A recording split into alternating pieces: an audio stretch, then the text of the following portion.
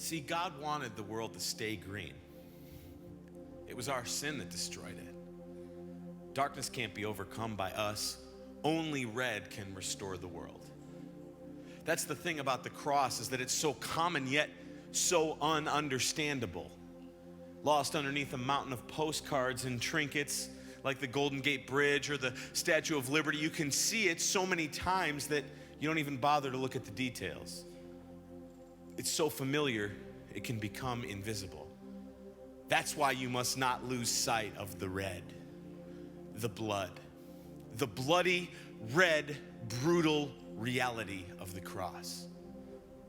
In the few minutes that remain, we're going to look at the way that red weaves its way from creation to the cross to March of 2016.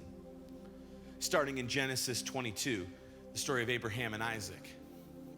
After decades of promise, Abraham and his well past time for this to be possible wife bear a son. And after some time passes, God tests Abraham. You might remember the story. God told Abraham to bring his son high up on a mountain and kill him as a sacrifice.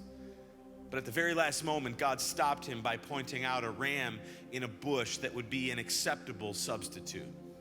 God made another way. God's not into human sacrifice like those hateful so-called gods of the Old Testament. But when he tests Abraham, he's testing him because the son of promise threatened to become the son of idolatry, and then God steps in. It's easy to look at the story from Abraham's perspective, but what about Isaac's? Picture Isaac. I mean, you realize that at some point he had to figure out what was going on, right? But Genesis 22 makes no mention of him resisting or fighting his father. In fact, he carries the wood on which the sacrifice would be made. But God makes a way. He provides the ram as a substitute for Isaac in the sacrifice. And Abraham, probably wiping no small amount of sweat from his forehead, calls the mountaintop where they're standing, "The Lord will provide." A way was needed. A painful way seemed innocent and imminent. But God made another way. Red made another way. Exodus 12, the story of judgment that's coming. It comes at the end of one long journey and the beginning of another. Over several hundred years in Egypt, the Israelites had gone from palaces to slave quarters, and Moses was raised up as a leader to lead the people to the promised land. Israel had been trying to get free for a while, plague after plague, but locusts and boils and darkness and all the rest had so far barely made a dent. Pharaoh's heart was still hard, and the people would stay in Egypt. Something spectacular would be needed, something so drastic that things would have to change. See, God was going to show Egypt and Israel that he alone controlled life and death. The firstborn in every house would be killed. The firstborn, especially in the ancient world, was the child of promise, the promise of what was ahead, and all that could, all that would, all that should be coming. When the firstborn dies, hopes and dreams die too. And judgment was coming to every house. The world was created this way, that sin demands blood payment. Judgment was coming to every house, Egypt and Israel alike. Without blood payment, no house would be spared. Those that were passed over, as it were, weren't passed over in some good-natured, easy forgiveness kind of way. It would take the sacrifice of an animal, a flawless Passover lamb, and its blood would be spread across the top wooden beam of the house's door for the world to see. Only where that blood had been spilled, only where payment had been made, only the people taking shelter in those houses were spared. And the Lord would pass over the house in the coming judgment. Judgment needed to be made, but God spared the house. Red came at a cost. Red spared the house. Numbers 21, thirdly, tells the story of an unusual cure provided for a serious problem. See, there was nothing for the people of Israel to complain about, but they complained anyway. Although God had brought them out of Egypt, across the Red Sea on dry land, although God had destroyed their enemies and miraculously provided bread on the ground every morning for them to eat, still the people were impatient. And so Numbers 21 says that God sent fiery serpents among the people, and they bit the people so that many died. But God gave another chance. He commanded Moses, who was leading Israel through the wilderness, to set a bronze serpent on a pole. God was showing the people a picture that there was nothing that they could do.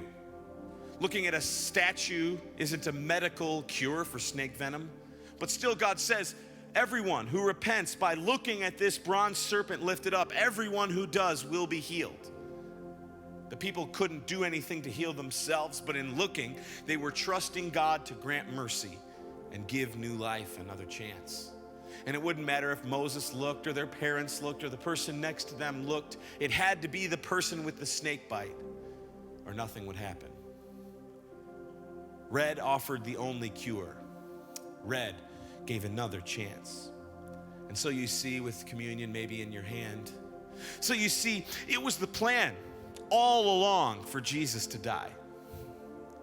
And throughout the Old Testament, as we've seen in just a few examples, God was pointing us to the way that Jesus' red blood would be shed on Good Friday. And in pointing us to the cross, the Old Testament shows us a game-changing, permanently life-altering, couldn't ever want to go back reality. You see, Jesus, like Isaac, did not resist his father as he made the long, lonely walk up the hill of Golgotha.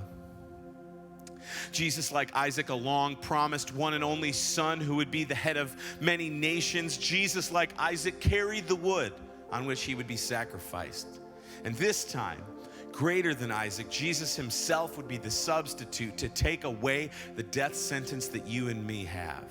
Jesus made another way.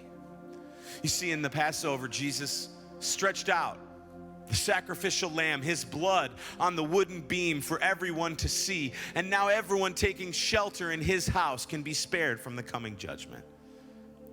It's no accident that the first Good Friday was during the Passover season. With his blood on the door, death chose another house for judgment. Jesus also, just like the bronze serpent, was raised up on a pole for everyone around to gaze at. And only those who look at him can live, lest they die. Only those who see him raised up can be cured. And no matter what remedy today, friends, that you've been offered by someone who thinks they're an expert, looking to anything other than him simply won't work. Jesus made this clear in John chapter 3 when he said, as Moses lifted up the serpent in the wilderness, so must the Son of Man be lifted up, that whoever believes in him may have eternal life. Do you believe that red is the only cure? Do you believe that red is the only way? Red made another way. Red came at a cost and spared the house. Red gave another chance. Red paid it all himself. Jesus Christ made another way for you and me. Jesus Christ came at a great cost and spared my house. Jesus Christ gave us another chance. Jesus Christ paid it all himself.